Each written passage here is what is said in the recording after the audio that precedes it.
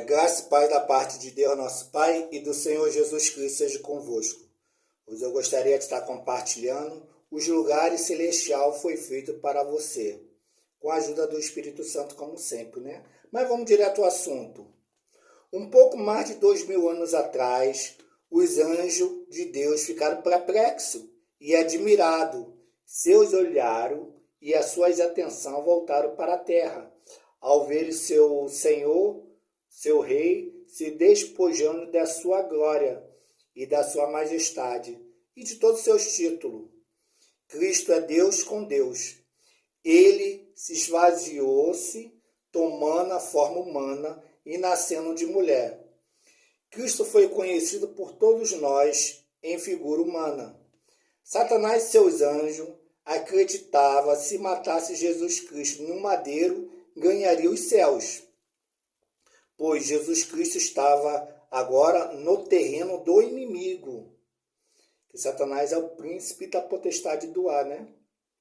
Adão e Eva, ao seres enganados e seduzidos, deram de graça o governo dessa terra para Satanás dominar. Satanás conhecia muito bem Deuteronômio capítulo 21 e o versículo 23 que diz: maldito todo aquele que for pendurado no madeiro.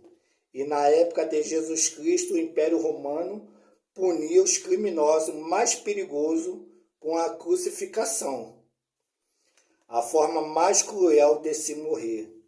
Mas o que Satanás jamais poderia imaginar, que a cruz, a sua aparente vitória, se transformaria na sua maior derrota. Havendo Jesus Cristo riscado toda a dívida que era contra nós, cravando na cruz, vencendo então Satanás, o mundo, o pecado e a morte.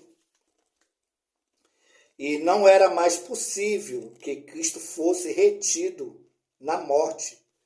Deus o ressuscitou a Jesus Cristo entre os mortos e exaltou a Cristo soberanamente sobre todo nome e colocou ao seu lado. E o Pai lhe deu todo o poder nos céus, na terra e debaixo da terra. E Jesus Cristo então despojou principado e potestade publicamente. Nada fez em oculto e expôs todos eles ao desprezo e à vergonha e o triunfou, sujeitando todos eles debaixo de seus pés. O significado de despojar principado e potestade significa tirando as suas armaduras e tomando deles a chave da morte e do inferno. Deus o Pai ficou satisfeito com a obra redentora de Cristo, que ressuscitou depois disso nós, a sua igreja, com o poder do Espírito Santo, para os lugares celestiais com Deus, e nos fez assentar juntamente com Cristo, o noivo, o esposo. Mas para esse encontro, nos lugares celestiais da igreja, do corpo de Cristo e com o Cordeiro, Deus preparou uma mesa farta diante dos nossos inimigos, que é a carne, o pecado e o mundo. E Jesus Cristo, como nosso anfitrião, está servindo a mesa. Mas antes da ceia, ele nos unge com óleo de alegria sobre a nossa cabeça e enche o nosso cálice até ele transbordar. É importante frisar que somente os sacerdotes, os profetas e os reis eram ungidos. O óleo simboliza o Espírito Santo. Simboliza também o selo de Deus. Quem não tem o Espírito Santo de Deus, esse tal não é dele, é óbvio. O óleo também fala, acima de tudo, de consagração àqueles que andam em espírito e não na carne. Sendo assim, a Bíblia é bem enfática quando diz, no imperativo, vos encher do Espírito. É a nossa obrigação, a nossa responsabilidade, vos encher do Espírito Santo, e não a de Deus. E só se enche do Espírito Santo lendo a palavra. O óleo também fala da coroa. Como nós poderemos reinar com Cristo sem a coroa? Como diz Apocalipse, guarda o que tu tens recebido da parte de Jesus Cristo, para que ninguém roube a tua coroa. Então a coroa aqui já foi nos dada, não está no futuro, está no presente. É claro, aqueles que crêem. Já o cálice diz a respeito da salvação, a santidade, fala das vestes brancas. Por isso que em uma das suas parábolas, Jesus Cristo narra bem, quando diz, o pai do noivo foi ver os convidados das bodas de seu filho e notou um homem que não estava trajado com as vestes nupciais da noiva e perguntou ao homem, como que tu entrou aqui nas bodas sem as vestes da noiva? E o homem não sabia responder. Lançaram a mão no homem e lançaram para fora.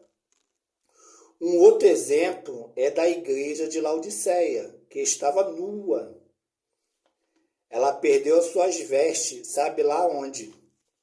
O que aprendemos até aqui que estamos com Cristo nos lugares celestiais e nos alegramos na mesa da comunhão. E nessa comunhão, na mesa, temos a coroa da glória e as vestes da noiva.